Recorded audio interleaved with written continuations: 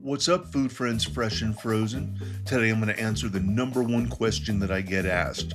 What ingredients do I keep on hand for cooking in the house? We're going to go through it all, so let's get going. So first, let's take a look at canned goods. And let me say, this is not about what brands I buy. I buy what's on sale and what's a good value for the time and the money.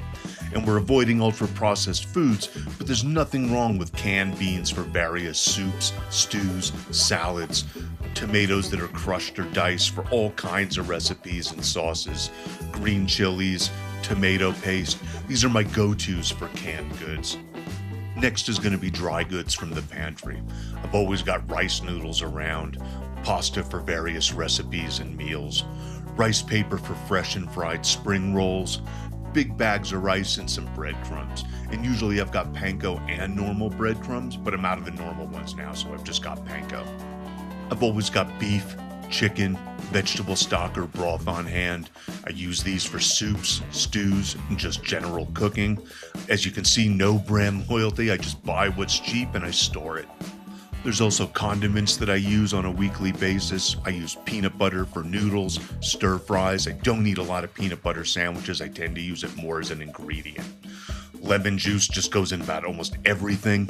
Soy sauce for adding umami flavors to dishes, sriracha for some heat, and tahini for hummus, soups, dips, spreads, and of course some honey for anything that I want to sweeten up.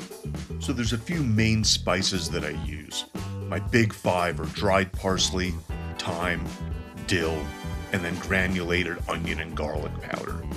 These are the main spices that I use most of the time, and then in lesser amounts I use crushed red pepper, oregano, ground cumin, and paprika. And then I've got some spices that I use just for specific dishes or cuisines, like Vietnamese cinnamon. It's a little less punchy and more flavorful than normal cinnamon. I have turmeric that I use for soups and for Indian cooking. A big bottle of chili powder for making chili. And you can see again, I got no brand loyalty. I just buy what's on sale. It's all good enough for me. And lastly, some Kashmiri Indian chili powder. This is a little spicier than paprika, but it's basically the same. Now, as for fresh produce, besides the tomatoes, lemons, and onions that you see in the background of all of my videos, I've also got garlic that I forgot to picture. And in my vegetable drawer, there's always celery, cucumbers, bell peppers, carrots. These are great for snacking and cooking. I've got potatoes for various dishes, kale for soups and side dishes, and of course fresh parsley. Put parsley in almost everything. It's a very cheap superfood and I can't say enough about it. And I've always got some fresh mint or dill lying around. I use this for soup, salads, and just general cooking. As for dairy on hand, we've always got eggs. They're not pictured because I forgot to take them out of the fridge, but we use eggs for almost everything, baking, cooking, meals. I've always got multiple cheeses in the house for snacking and sandwiches. This week I've got regular store sharp cheddar, some nice extra sharp Irish cheddar that was on sale, and some mozzarella sticks for snacking. Greek yogurt is also a staple. It's a meal, it's dessert, it's a topper on other dishes that I cook. I eat a lot of Greek yogurt. And then we've got some extra firm tofu for snacking, cooking, stir fries. It's a great cheap source of protein, and I'm working on a few future recipes with extra firm tofu. In our freezer, we've always got beef in some form, either ground or a roast frozen, sometimes even both. I always buy chicken in bulk and freeze it, so we've always got some in the house. And if you've all watched my videos, you know I've got zero issues with frozen vegetables.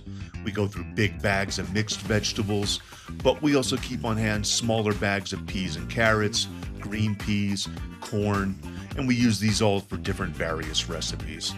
As for my cooking oils, I usually have got a good butter on hand, vegetable oil for when I don't want flavor added to the dish, extra virgin olive oil for when I want that strong olive oil taste, a light press olive oil for when I don't want the flavor but I need a high heat oil, and lastly a sesame oil, which I use to finish off dishes, giving them a toasted, nutty flavor. If we're going to talk cooking oils, then we have to talk vinegars as well. I use rice wine vinegar when I want that acid with just a very light taste that doesn't overpower the dish. Apple cider vinegar is my go-to for most dishes, salads, soups, etc. It's right in the middle. Red wine vinegar I only really use on vegetables, and salads I just sprinkle a little over sandwiches as well. And balsamic is a very strong and sweet vinegar flavor. I tend to only use this for salads. And with summer coming, I'll be restocking my white vinegar for making pickles as well. Lastly is my soup and stew kit. I use cornstarch and potato starch for thickening soups and stews, chicken bouillon powder to boost soup, stews, and other dishes with that umami richness that it provides, and I often use better than bouillon as well. In the professional setting, this is called soup base, but I have chicken base and beef base in the fridge, and these are both used to enhance soup, stews, and other dishes. I really hope this all helps answer questions about what I keep in the house on a general basis. I obviously don't buy all of these every week, but buy, use, and cycle these products in as I run out of them. We keep a pretty stocked pantry since we don't spend much money on takeout or fast foods. We use all that money to keep healthy food stocked in the house. I hope you all have an awesome week, and I'll be back with a new recipe next week. Keep being awesome, y'all. Peace.